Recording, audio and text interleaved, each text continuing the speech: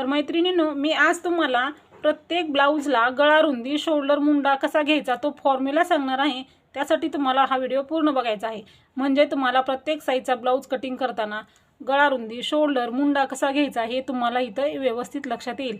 त्यासाठी आपल्याला जो फॉर्म्युला आहे तो म्हणजे कटोरी ब्लाऊजचा चार्ट। तो चार्ट बघून तुम्ही कोणत्याही साईजचा ब्लाऊज सहज कट करू शकता। जर आपल्याकडे चार्ट असेल तर आपण सहज तो चार्ट समोर ठेवून ब्लाऊज सहज कट करू शकतो। आपल्याला ब्लाऊजचं माप म्हणजे समोरील गळा, पाठीमागचा गळा आणि उंची बघायची आहे। आणि त्याच्यानंतर चार्टमध्ये जे माप आहे ते चार्टमधली माप तुम्हाला आपण पेपरवरती टाकली तर आपला ब्लाऊज जो आहे तो एकदम परफेक्ट येणार आहे। त्यामुळे आपला ब्लाऊज कधीही बिघडत नाही, कारण माप जे आहे ते आपण चार्टमध्ये ऑलरेडी व्यवस्थित आपले मोजून घेतलेले असतात। त्यामुळे चार्टप्रमाणे ब्लाऊज कटिंग केला तर ब्लाऊज बिघडायचे चान्सेस खूप कमी असतात। त्यामुळे तुम्ही चार्टप्रमाणे ब्लाऊज कट करायचा असेल तर हा व्हिडिओ तुम्ही पूर्ण बघा, म्हणजे तुम्हाला प्रत्येक साईजचा ब्लाऊज कट करताना बिलकुल अडचण येणार नाही। आणि मी तुम्हाला इथं चार्ट दाखवणार आहे, त्याचबरोबर आकृतीही काढून दाखवणार आहे, जेणेकरून तुम्हाला तो ब्लाऊज कटिंग करताना बिलकुल अडचण येणार नाही। तर चला तर आपण व्हिडिओला सुरुवात करूया। तर बघा, सुरुवातीला आपल्याला मी चार्ट दाखवते तुम्हाला।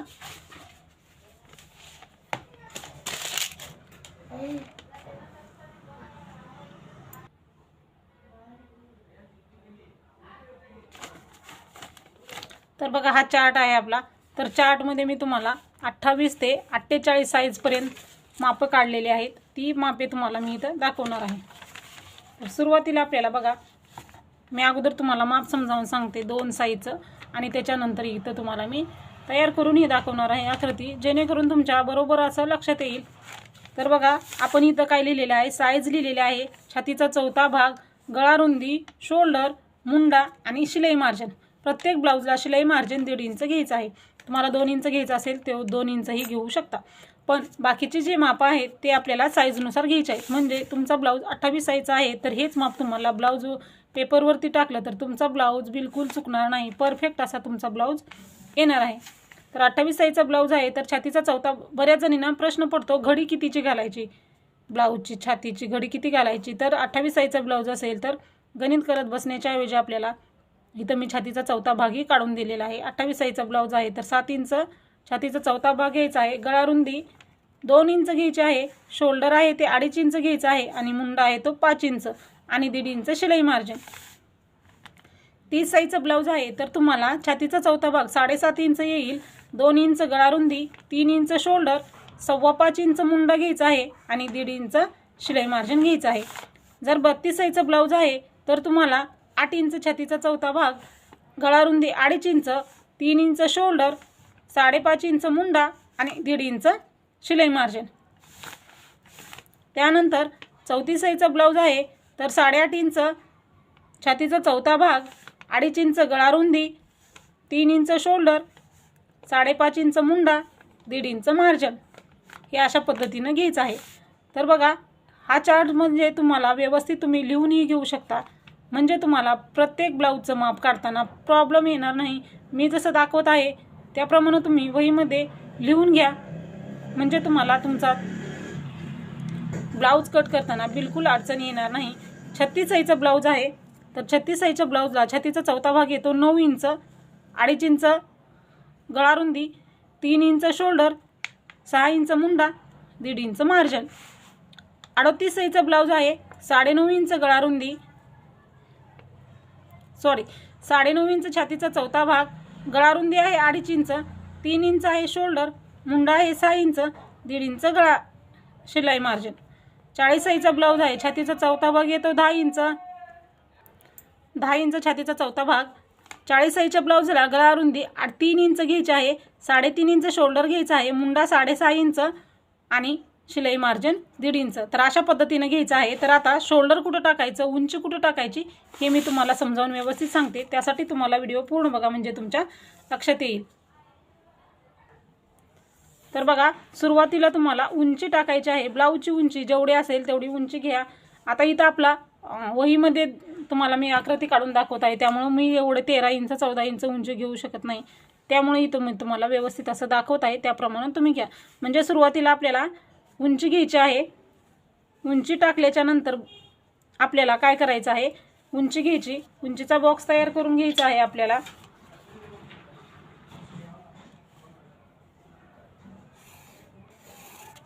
सुरुवातीला आपल्याला उंची घ्यायची आहे। उंची घेतल्याच्या नंतर आपल्याला गळारुंदी घ्यायची आहे। गळारुंदी बघा किती आहे, आता आपण तेवढं घ्यायचं आहे।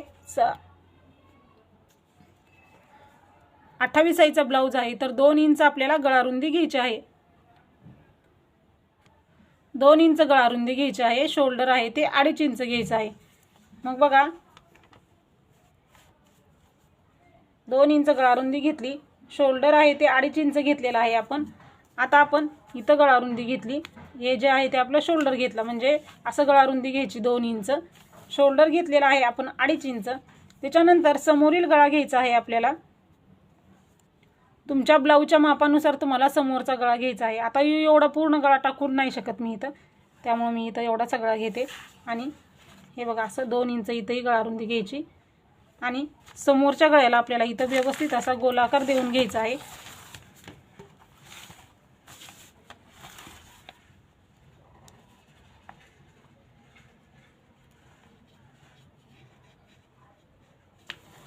समोरच्या गळ्याला आपल्याला गोलाकार देऊन घेतलेला आहे। गोलाकार देऊन झाल्यानंतर आता आपल्याला काय घ्यायचं आहे, मुंडा घ्यायचा आहे।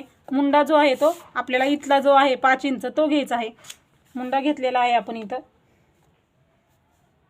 अशा पद्धतीने माप टाकायचं आहे आपल्याला। त्याच्यानंतर आपल्याला छातीचा चौथा भाग आणि शिलाई मार्जिन घ्यायचं आहे। म्हणजे छातीचा चौथा भाग आपला किती आहे, 28 साईजच्या ब्लाऊजसाठी 7.5 इंच छातीचा चौथा भाग आणि प्लस हे 1.5 इंच शिलाई मार्जिन, आणि हे परत मार्किंग करून घ्यायचं आहे। आता आपल्याला मुंडेचे आकार घ्यायचे आहेत। 2 मुंडेला आकार असतात, समोरचा आणि पाठीमागचा। तर मुंडेचे आकार 2 आहेत आपल्याला। तर मुंडेचे आकार आपल्याला इथं कोपऱ्यामध्ये घ्यायचे।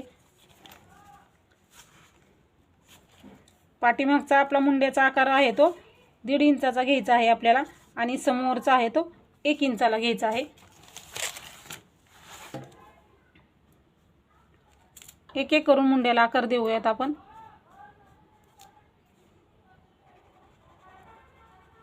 हा आपला 1.5 इंचाचा मुंड्याचा आकार झाला आणि हा आपला 1 इंचाचा मुंड्याचा आकार झालेला आहे। अशा पद्धतीने मुंड्याला आकार द्यायचे। हे मुंड्याचे आकार देऊन झालेले आहेत। अशा पद्धतीने मुंड्याला आकार देऊन घ्यायचे आहे। मुंड्याचा आकार दिल्याच्या नंतर आपल्याला योकपट्टी टाकायची आहे। बघा गळारुंदी घेतली आपण, शोल्डर घेतलेला आहे, हा मुंडा घेतला आणि हे मुंड्याचे आकार। आता आपल्याला योकपट्टीचं माप टाकायचं आहे। तर योकपट्टी जी आहे ती 28 ते 38 साईजपर्यंत तुम्हाला 2.5 आणि 3 आणि 2.5 घ्यायची आहे। 40च्या पुढच्या ब्लाऊजसाठी 3.5 आणि 3, म्हणजे इथल्या बाजूला तुम्हाला 3 घ्यायचं, इकडं 2.5 घ्यायचं 28 ते 38 साईजपर्यंत, आणि पुढच्या ब्लाऊजसाठी इथं 3.5 आणि इथं 3 घ्यायचं आहे। तर आता आपण इथं पूर्ण तेवढी घेऊ शकत नाही, त्यामुळे आपण इथं 1.5 इंचाला मार्किंग करूया, इकडं 1.25 मार्किंग करूया। आणि हे पट्टीनं अगोदर सुरुवातीला 1.25चा पॉईंट, म्हणजे सुरुवातीला 2.5चा पॉईंट जोडून घ्यायचा, आणि हे आपण कर्वमध्ये असं आकार देऊन घ्यायचा आहे क्रॉस पट्टीला, अशा पद्धतीनं। त्याच्यानंतर कटोरी कशी टाकायची, छातीचा चौथा भाग आणि प्लस जे शिलाई मार्जिन आहे आपलं, त्याचा आपल्याला मध्य काढून घ्यायचं आहे। हे आपलं छातीचा चौथा भाग आणि हे आपलं शिलाई मार्जिन। प्रत्येक वेळेस माप टाकल्यानंतर छातीचा चौथा भाग प्लस शिलाई मार्जिन आहे याचा मध्य काढायचा आहे। 8.5चा मध्य किती येणार आहे आपल्याला, 4.25 इंच। इथं 4.25 इंचाला एक मार्किंग केलं। समोरचा 1 इंचाचा मुंडा आहे, तिथून खाली 2.5 इंचाला एक मार्किंग केलं आपण। समोरच्या गळ्याला 1 इंचाला मार्किंग करायचं, आणि हे पॉईंट आहे ते आपल्याला असे जोडून घ्यायचे आहेत। तुम्हाला जर पूर्ण पेपर कटिंग हवा असेल तर चॅनलला नक्की सबस्क्राईब करा। आपल्या चॅनलवरती प्रत्येक साईजचे पेपर कटिंगचे व्हिडिओ अपलोड आहेत, ते तुम्ही बघू शकता। ही बघू शकता आपली कटोरी, ही योकपट्टी, हा मुंडा, गळारुंदी, शोल्डर, अशा पद्धतीने हे आपलं माप काढून झालेलं आहे। ही आहे ते आपली क्रॉस पट्टी आहे।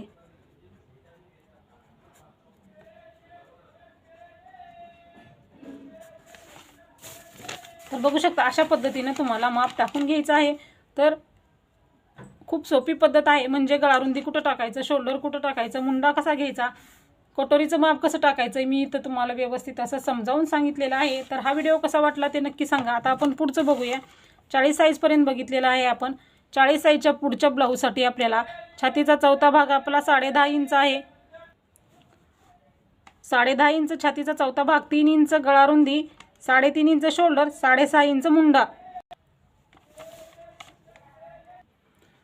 44 साईजचा ब्लाऊज आहे. छातीचा चौथा भाग येतो 11 इंच, 3 इंच शोल्डर, 2.5 इंच गळा रुंदी, 6.5 इंच मुंडा, 1.5 इंच शिलाई मार्जिन. 46 साईजचा ब्लाऊज आहे. 11.5 इंच छातीचा चौथा भाग, 3 इंच गळा रुंदी, 3.5 इंच शोल्डर, 6.5 इंच मुंडा आणि 1.5 इंच शिलाई मार्जिन. 48 साईजचा ब्लाऊज आहे आपला. छातीचा चौथा भाग येतो 12 इंच, गळा रुंदी 3 inch, shoulder 3.5 inch, Munda 6.25 inch घ्यायचा आहे आणि 1.5 इंच शिलाई मार्जिन. अशा पद्धतीने तुम्ही कोणत्याही साईजच्या ब्लाऊजला ह्या चार्टमध्ये बघून गळा रुंदी, शोल्डर आणि मुंडा घेतला तर ब्लाऊज बिघडणार नाही, तुमचा ब्लाऊज परफेक्ट येणार. नेहमी कुठंतरी मुंड्यामध्ये जरी प्रॉब्लेम येतो, शोल्डरमध्ये, गळा रुंदीमध्ये कुठंतरी प्रॉब्लेम येतो, त्यामुळे ब्लाऊज बिघडतो. काहीतरी कमी जास्त होतं, त्यामुळे आपला ब्लाऊज एकदम चुकीचा होतो. हे जे माप टाकलं आणि अशा पद्धतीनं टाकलं तर तुमचा ब्लाऊज बिघडणार नाही, याची मी गॅरंटी देते.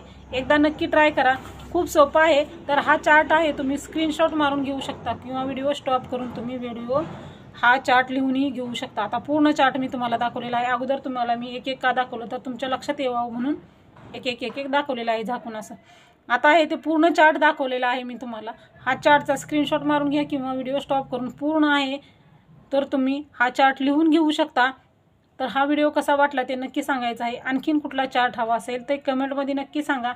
आणि तुम्हाला एखाद्या व्हिडिओची लिंक जर हवी असेल, कटोरी ब्लाऊज कटिंगच्या व्हिडिओची लिंक मी तुम्हाला ह्या व्हिडिओच्या डिस्क्रिप्शन बॉक्समध्ये देईन आणि कमेंट बॉक्समध्येही देईन. म्हणजे तिथं जाऊन तुम्ही तो व्हिडिओ बघा, म्हणजे तुम्हाला कटोरी ब्लाऊजचं कटिंग कसं करायचं ते तुम्हाला इथं व्यवस्थित असं लक्षात येईल.